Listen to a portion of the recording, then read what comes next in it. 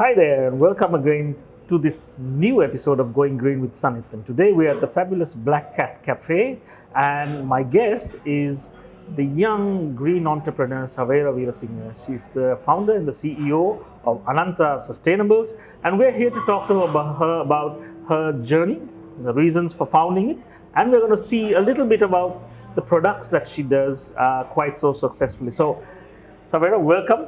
Thank you. Thank you for being here. Yeah, it's great to have you. My first question really is, you were the CEO of your own packaging company. It's quite a big place. What made you give it up for starting your own thing like this? So I can dress like this and be casual now. But no, so I mean, my family owned this manufacturing company. Right. And I took over as CEO. I mean, I just wanted to lead operations and was interested in sustainability. I thought that, all of our family companies needed to be way more sustainable. Right. And so I started, changing the factory in terms of we had solar powered the whole facility. Right. To give you an idea of scale, we had about 100 employees, and we were producing cement packaging. And sustainability is not just, solar power, right? Yeah. I'm glad to hear somebody say this. No, and it's about where's the water going, but also, how many women are we employing? Sure. And not just, women as, minor staff or, labor force, but also, what are the opportunities we're providing them to, where's the upward mobility? I was almost forced promoting some women just to have these conversations with them. But at the end of the day, I mean, we were selling industrial cement packaging as much as the paper was FSC certified and whatever it is, to a really competitive cement market, which, cement is probably the least sustainable. It's one of the most highly polluting industries in the world. Exactly. Right. And so you can imagine that I'm visiting these factories and they don't care a dime about the fact that I have all these efforts. Right. It's great for them when they enter the facility, it's but just nothing. The price. Yeah, so it's just the price. And after a point, honestly, Sanith, it's also just, I mean, you've probably seen this, it's sustainability and people who are kind of clued into the fact that they want to take responsibility as a citizen, as a person on this planet.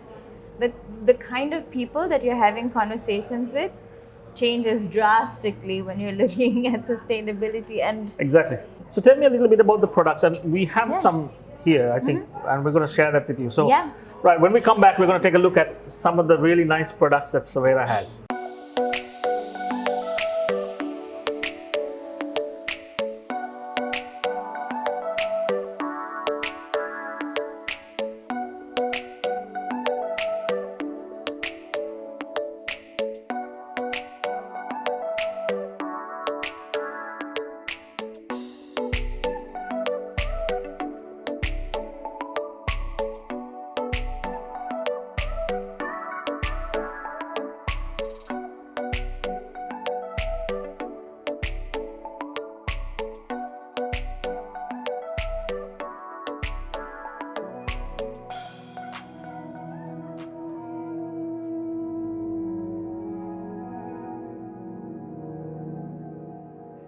So, Savera, talk to us about what you have here and some of the products you have. Sure. So actually these bags are the ones that I'm most excited about because it's from the offcuts from the packaging manufacturing. Right. So all the offcuts are taken, so it's like really high quality paper, way too high for a food paper bag, but it's hand printed and carved. And so what we're doing is trying to find different women's groups. Right. Where we send the offcuts to these groups, and especially now because of COVID and a lot of people don't have jobs, so we're just just people I've met along the way who, I feel like I can trust, and they'll get a group. So we're just working with another group to get them to make these. So these are all handmade. So these are all handmade bags? Yeah. And so how many of these do you do a month? Maybe 5,000 to 7,000. But that's only because we've kept it really small, and we have triple the demand. But the thing is, you want to keep it quality. You want to have it, and we'd rather not go to a big manufacturing company like my family's company. I'm like, these people individually, families that are making me the money. And you're helping women as well. So that's been my focus. And then there's this compostable packaging. This is mostly our old stock, but we have other packaging as well, which is like the hamburger boxes and the boxes with the lids. So oyster. Yeah, exactly. Clamshell. That's the one. It was some kind of some crustacean somewhere. So this is made from agri waste. This is actually sugarcane bagasse.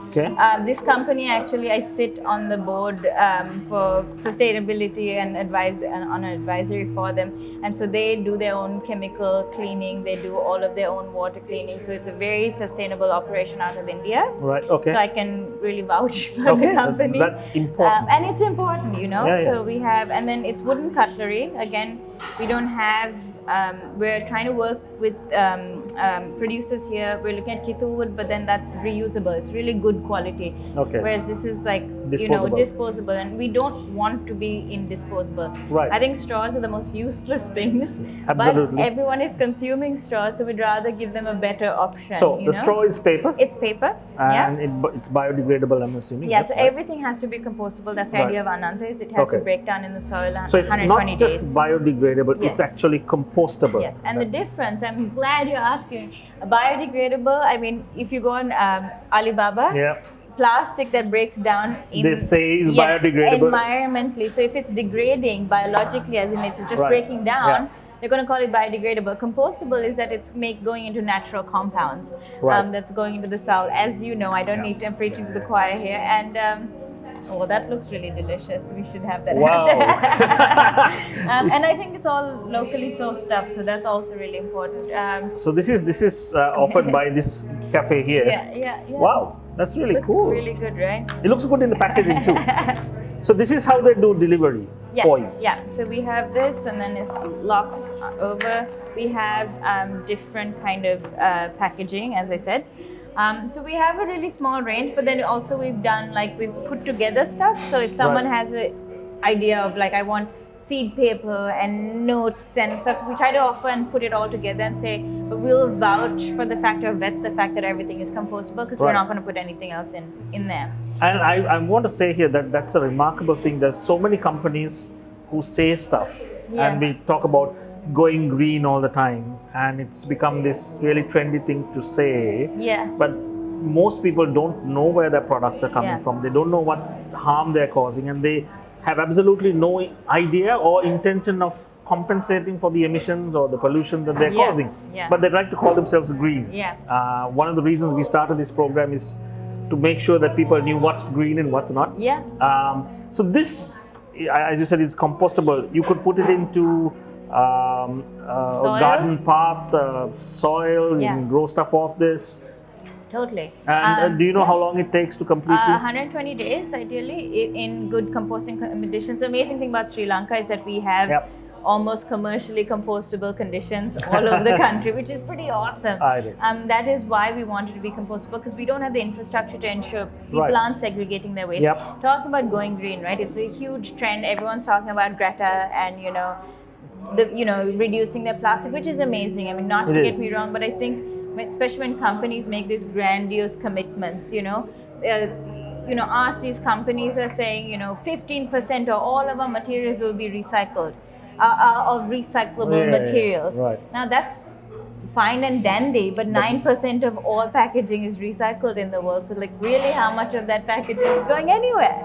And so that's why for us it was, even if it goes nowhere, someone tosses it on the side of the road, because it's 120 days we have, and it's not accumulating. There's no bioaccumulation anywhere, and it's not affecting anything. And what do you make your spoons and forks out of? So this is out of birch wood. It's a straight wood. I mean, there's the argument like paper and trees. Do we want to be cutting down trees? And this is a really good, legitimate question, I think, especially when you talk about bioplastics and alternatives. I imagine a world of regenerative packaging where, this is made with embedded seeds. So even if I did toss it, it will not only go and replenish the ground, but, plants can grow out of it. There's an amazing company, Ecovative, but also out of India, that's making it out of mycelium, so mushrooms, right? So it's really acting like the internet for the soil, and we can't really grow anything without soil. And with this as well, like, I would love for it to not just be cradle to kind of grave, and it's not doing anything bad, but it could be better. It could be better. And you source these from abroad, you said, right? Yeah, I mean, we don't have the wood on, actually no one's manufacturing it. And if there's anyone who can do it in a large scale, you know, and could sell us 30 to 100,000 cutlery that's made locally. I mean, we are looking for local producers, very much so. And that was never my intention to, you know, get it from all over the world, but I also wanted to, my first intention, and it's about picking your battles. I'm sure you understand with sustainability. Sadly, it's like, I mean, people forget that you know, way back when we still had popsicle sticks, and that was manufactured here. It was this little wooden piece. It was manufactured in scale. Now it's not, right? It's not, because people went into plastic and found that was a cheaper, quicker, dirtier. And even the birchwood popsicle sticks are now shipped in. Because it's made out of birchwood, and we don't have birch here, and it's the cheapest thing. We should be doing it with bamboo. Bamboo grows in 7 years. It's amazing for the soil, and it's like, so we should be doing that. I mean, what do you see the future as? You've done this, it's up and running, it's amazing stuff, and you have people like the Black Cat Cafe here who are really actively looking for these products, they're using it, it's fantastic. What's next?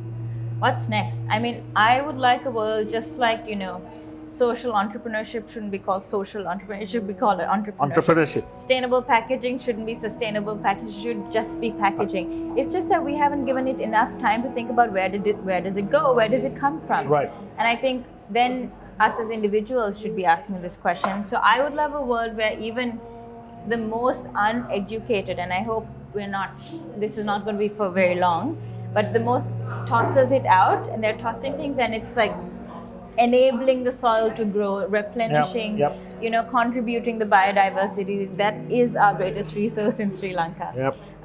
And I would like that kind of packaging where we don't need much packaging. I think we can reduce so much of the packaging, but we also need to change our expectations, and then how we treat packaging, and then what it can do. I have an intern who's working on packaging a paper that's a nitrogen fixer in the soil.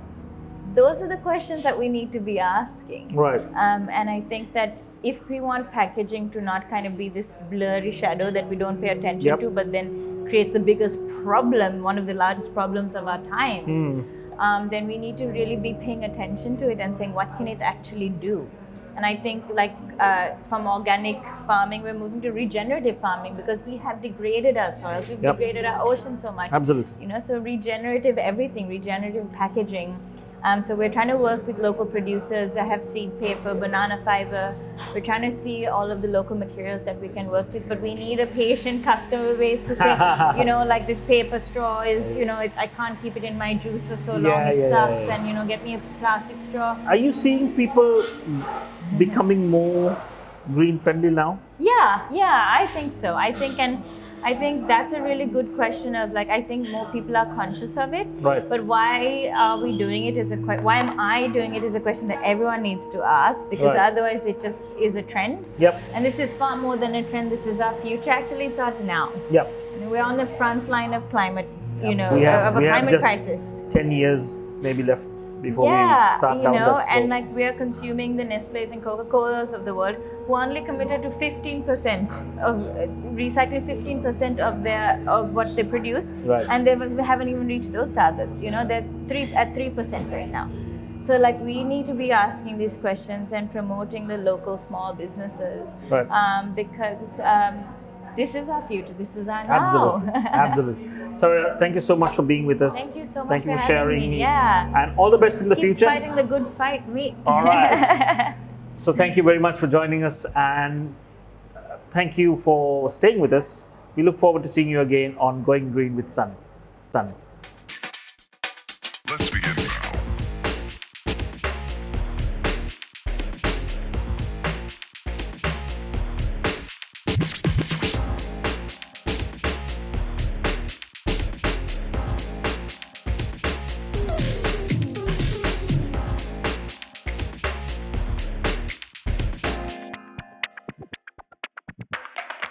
Let's begin.